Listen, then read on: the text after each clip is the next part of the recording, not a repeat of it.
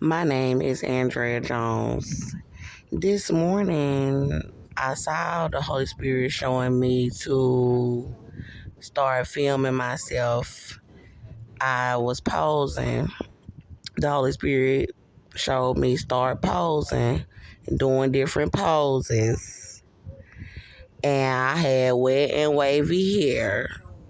Y'all getting on my nerve. Hold up.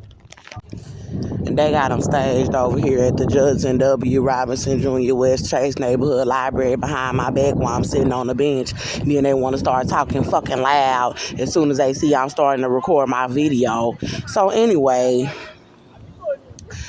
the Holy Spirit showed me I just had to get up and walk off and stand in front of the library sign. Now, it's another woman coming up in my face being loud.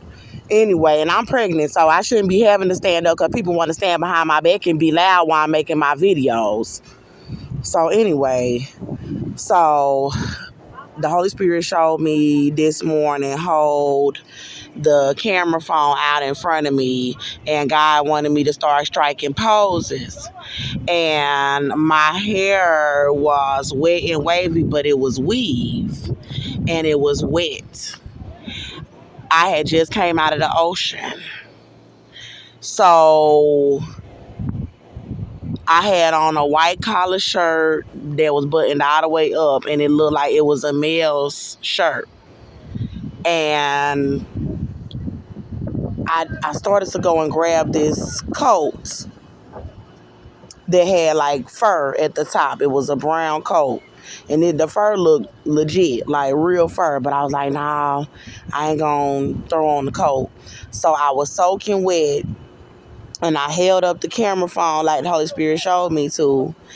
And as I started to strike the poses, I noticed there were people in like action movies. It looked like they were actors, but they were shooting behind me. They were having shootouts behind me. And it was like, it looked real.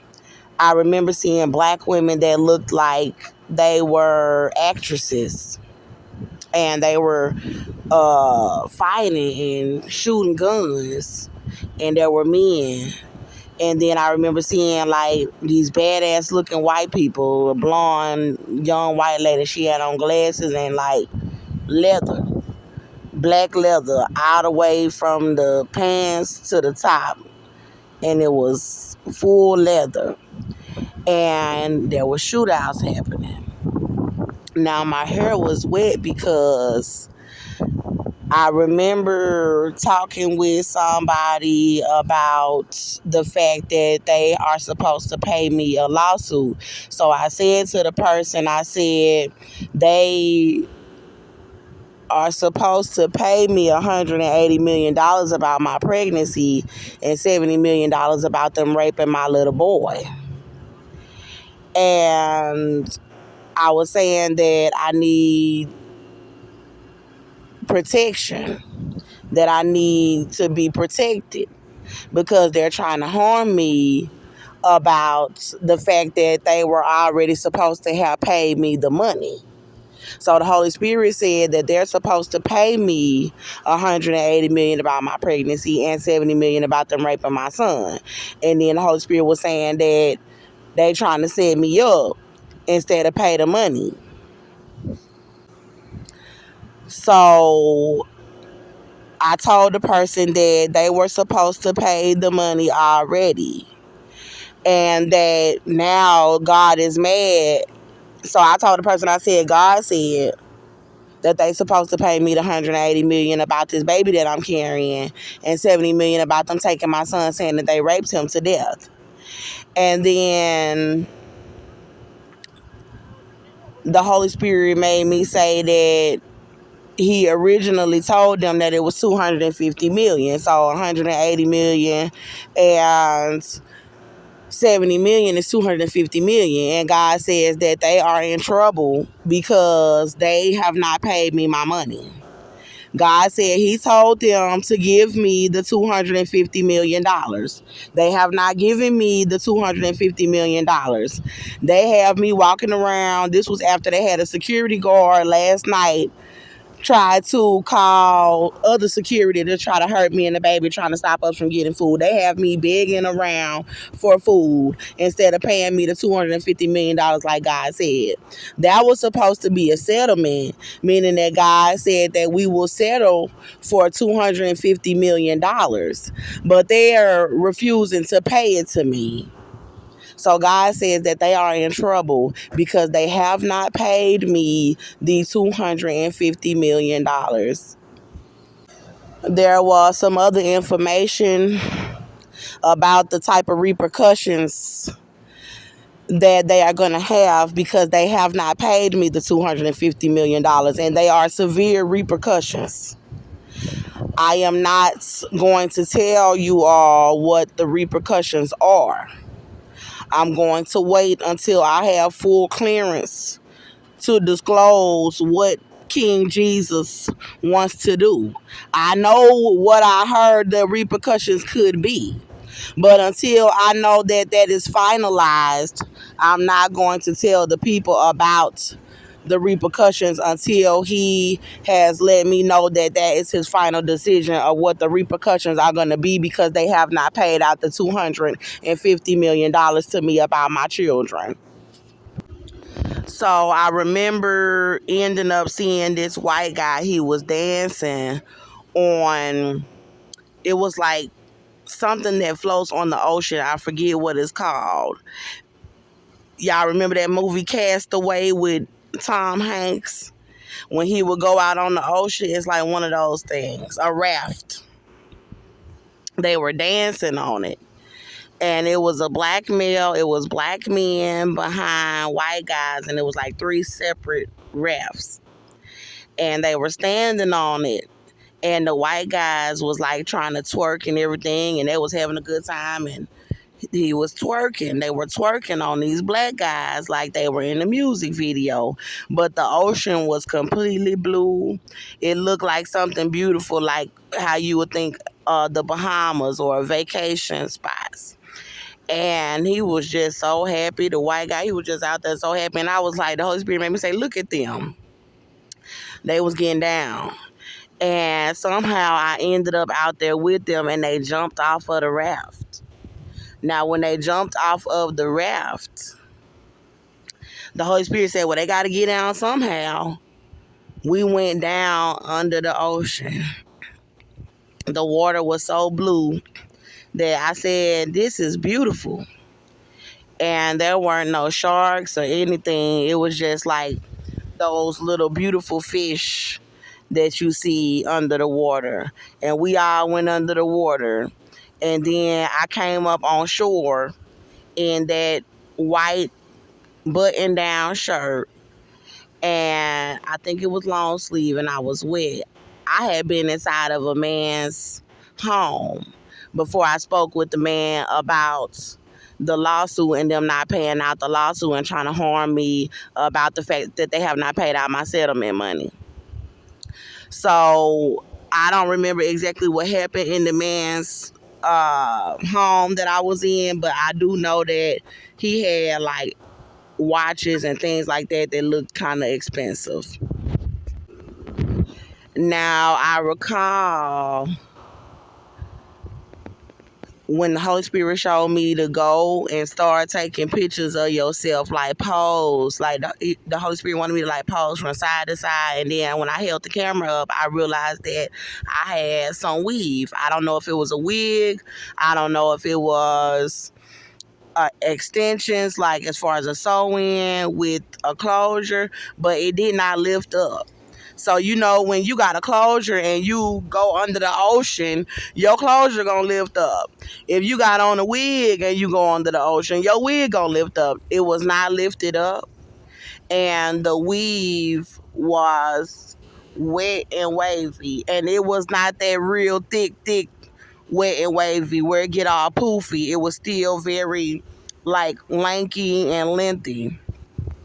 So as I held the camera up and saw that I had this wet and wavy weave, I saw all this action stuff start happening behind my back as I was holding up the camera. And there was actresses that were fine like Gabrielle Union. They looked like they were actresses. Then I saw the little blonde white girl. She was skinny. She had long blonde hair, blowing, and some glasses and leather. I didn't know what was going on. I think I heard that song by Migos featuring NBA YoungBoy, Never Broke Again. That dun dun dun dun dun dun. I think they call it Needed. So I woke up. I went to another location to lay down and go to sleep. And I fell asleep on this bench. While I was asleep on the bench, I remember being in a location with my family where I was outside. And I remember my cousins and my sisters, my aunties was out there, and somebody said, somebody just pulled a gun on Granny. And I was like thinking like somebody just pulled a gun on Granny. And so my sister Larissa and I think it was my cousin Michelle. My cousin Michelle was driving, I think. And then I think it happened at my other cousin house, around my other cousin house in the spirit, that somebody had pulled a gun on my granny. So I saw my sister Larissa hop in the car with, I think, Michelle. And she had a gun and a do-rag, and she was gangster. And then they pulled off saying that they were going to see about whoever pulled the gun on Granny. And my cousin whipped off all gangster, and they just whipped off. Then my auntie came to the door, and I think there was children. My auntie Barbara, that's my mama's older sister, but my mama passed away. But my mother's older sister was there in the doorway, and I ended up coming inside of the house. So when I came inside of the house, I remember my grandmama was there. But my grandmother looked like my Aunt Vivian. So my grandmother is a high yellow Indian. And my Aunt Vivian looked white. And she's got this white hair.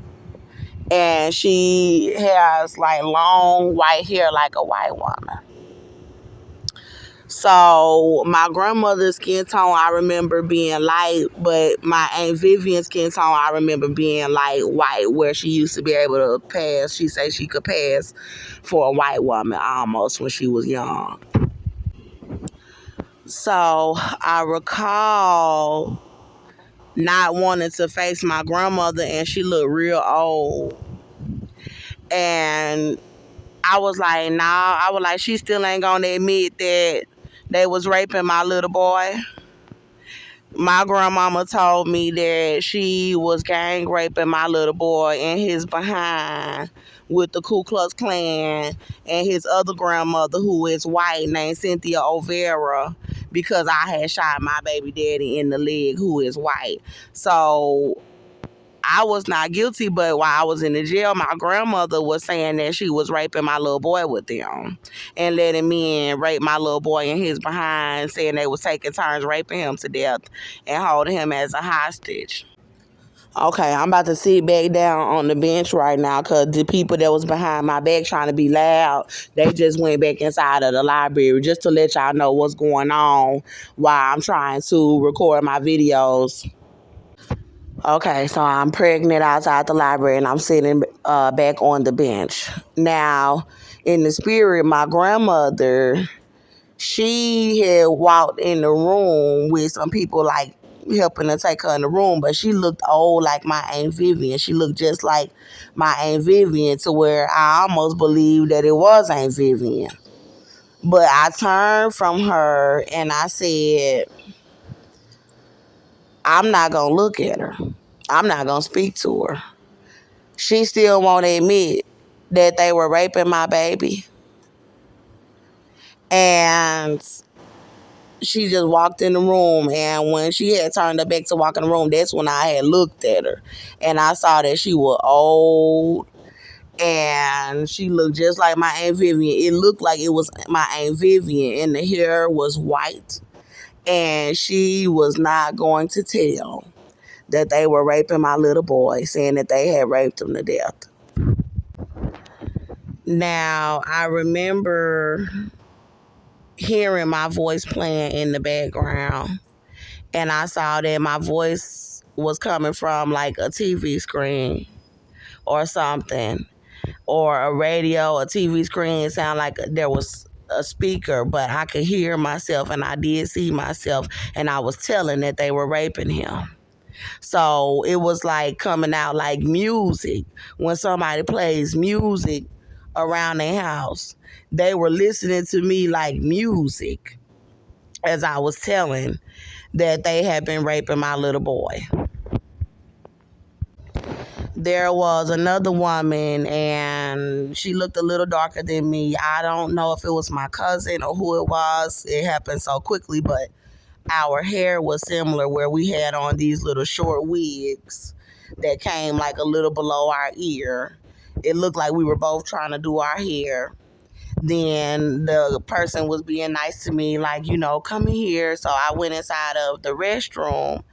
I looked in the mirror. I had a piece of bang that was out of place, and I snatched it. When I snatched the bang, the whole bang came off. And I was left with like this little bald spot with a cap on, and the rest of it was short. And I said, oh, I could sew this back on. I saw that there were like these little attachments to where I could sew the bang on to the wig on the cap.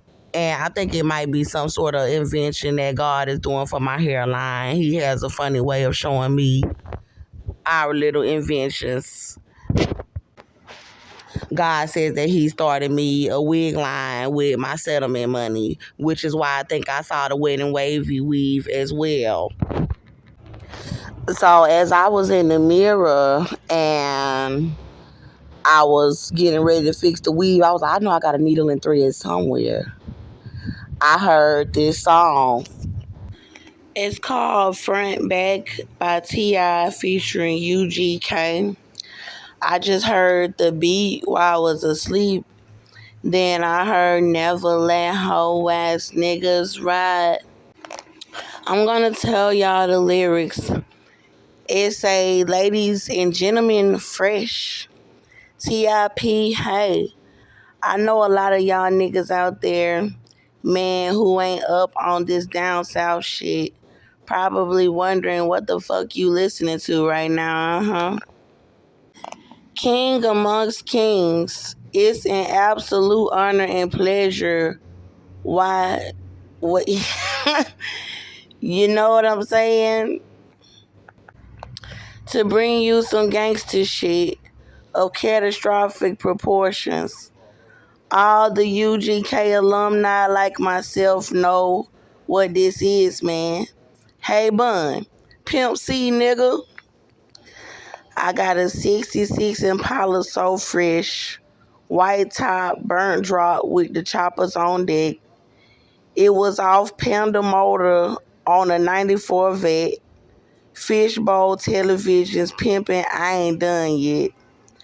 I got the checker red leather and I'm sitting on chrome. On 26 inches just to get my roll on a Jesus song zone, make them bitches get low. I get that ass raised up like Dr. Dre 6'4". Hey, come up in my hood, bet them bitches no tip. If you tell them you with him, all them bitches gon' strip. If I show up in your hood, I bet niggas won't trip. Once I empty out this clip, I bet you niggas gon' dip or get hit up in your back, front, back, front, back, front, back, side to side. Never let a hoe ass nigga ride. Back, front, back, front, back, front, back, side to side. And we never let hoe ass niggas ride. It's the Gulfway Boulevard gangster, Swinging on T.I. essence of foes. Pirellis and blazing them crews of hoes. I'm a player, you can tell by how I choose my hoes. When it gets to swinging on a curve, you might lose your toes. Dedicated to the slab, the dunks, the drops, the candy painted cards with the chopped off tops. Now put your diamonds up against the wood wheel. Lean back or throw your leather chunk of deuce and show your grill. They got this black guy over here walking around me now. He making all this noise being loud by me. I had to go in and charge my phone. I just came back out. They pulling the same shit they pulled earlier when I first started the video, acting like they talking all loud around me. So I talk louder. Keep it real. This the South, baby, Texas and GA. T.I. repping for Bankhead. I'm repping for PA. Now pop your trunk, get it crunk. It's time to ride.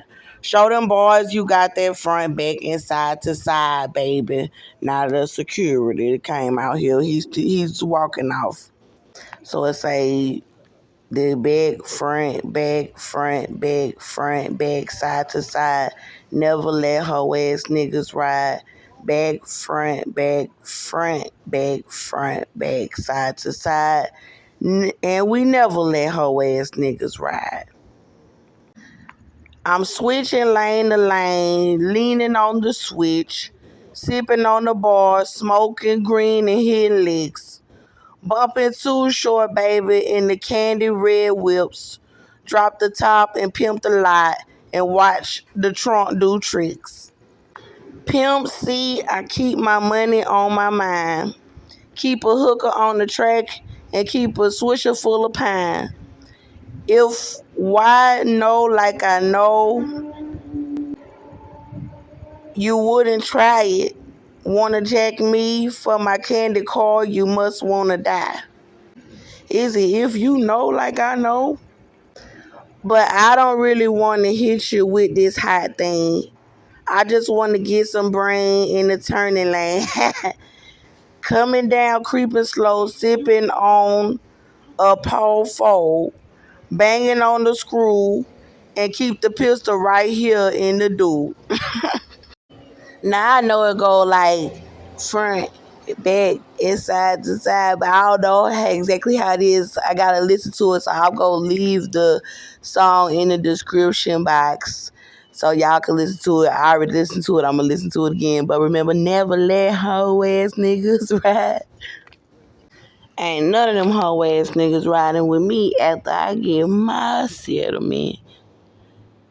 It's a songwriters Andre Ramel Young, Arthur Neville, Bernard James Freeman, Byron O. Thomas, Chad L. Butler, Clifford Joseph Jr. Harris, Eric Wright, Freddie Douglass Southwell, George Joseph Jr. Porter, Joseph Modeliste, Leo Paul, No Santelli, O'Shea Jackson.